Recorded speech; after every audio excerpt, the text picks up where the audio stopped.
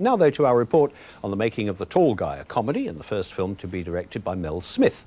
The original title was Camden Town Boy, but that was changed when someone pointed out that the average American in No Hope, Pennsylvania, has no idea where Camden Town is. And these days it's inadvisable to discourage American audiences. Camden Town Boys they've never heard of, Tall Guys they know about.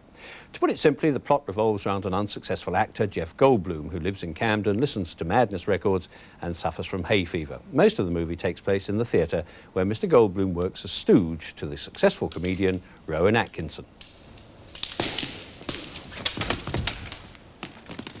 Both the name of Mr. Atkinson's screen character and the nature of the show bear more than a passing resemblance to his real-life stage show. In the film, the show is called The Rubber Face Review, a clear reference to the flexible features of Rowan Atkinson. We didn't actually call it the Rubber Face Review, but I was traditionally referred to as rubber-faced in the reviews by the critics.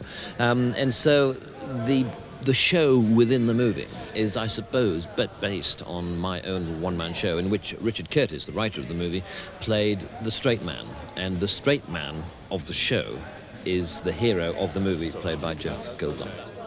The star of The Fly and The Big Chill, Jeff Goldblum plays Dexter King, the unhappy straight man who receives excessive physical and psychological violence from his boss. He's slapped, punched and forced to dress up as a nun. And this puts quite a strain on their working relationship. He abuses me and I'm insulted. And I've taken it for years. But I've come to the point when we meet I think, where I won't take it anymore. The humiliating position of feeding lines to Rowan Atkinson to allow him to get the laughs is one which writer Richard Curtis bitterly recalls. So to what extent is the film based on his own experiences? Rowan and I are still working together, you see, after 11 years together, so it's not particularly true. Once or twice, you know, we had arguments about money. This is perhaps the revenge for those. The only thing that's similar is that here he is in a very successful West End show and he's a big star, which Rowan is, and a great stage performer, which Rowan is. But Rowan is, in fact, if you get to know him, is a very diffident and rather quiet man. And Ron Anderson is a loud, foul-mouthed, bigoted, nasty person, which Rowan certainly isn't. But he's having a fairly good crack at it. Ladies and gentlemen, it is important to understand the kind of damage that physical violence can do to the head. And Mr. Perkins here has kindly volunteered to help me demonstrate. This will tend to do no real damage, whereas this will result in some minor superficial bruising.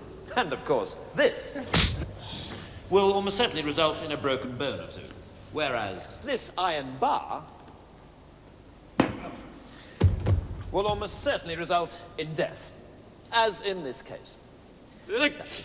The director, Mel Smith, is best known for his television appearances, but he's also directed pop videos and commercials. How much is he enjoying the challenge of directing his first feature? It's the best fun in the world. It's the most responsibility I've ever had, I think, which I like.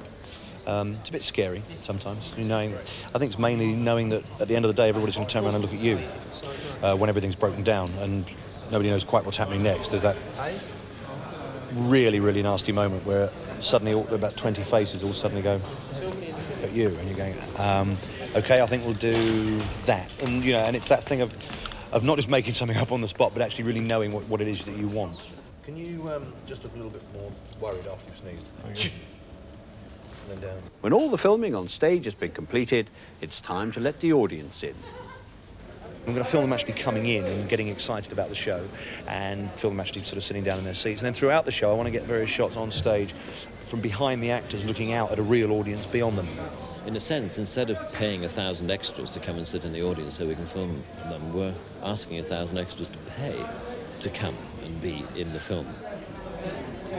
Great. Well, it's going very well back there, apparently, ladies and gentlemen. The cameraman says that you're all looking particularly good, except this bastard down here.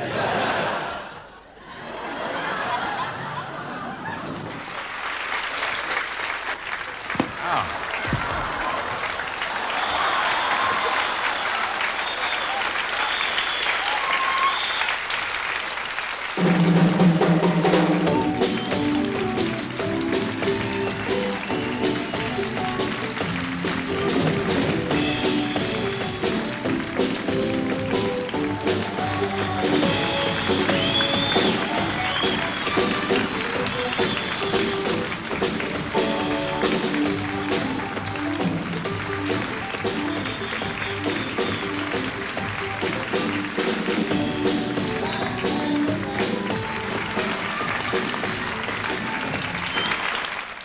The Tall Guy, nay Camden Town Boy, opens in a few weeks' time.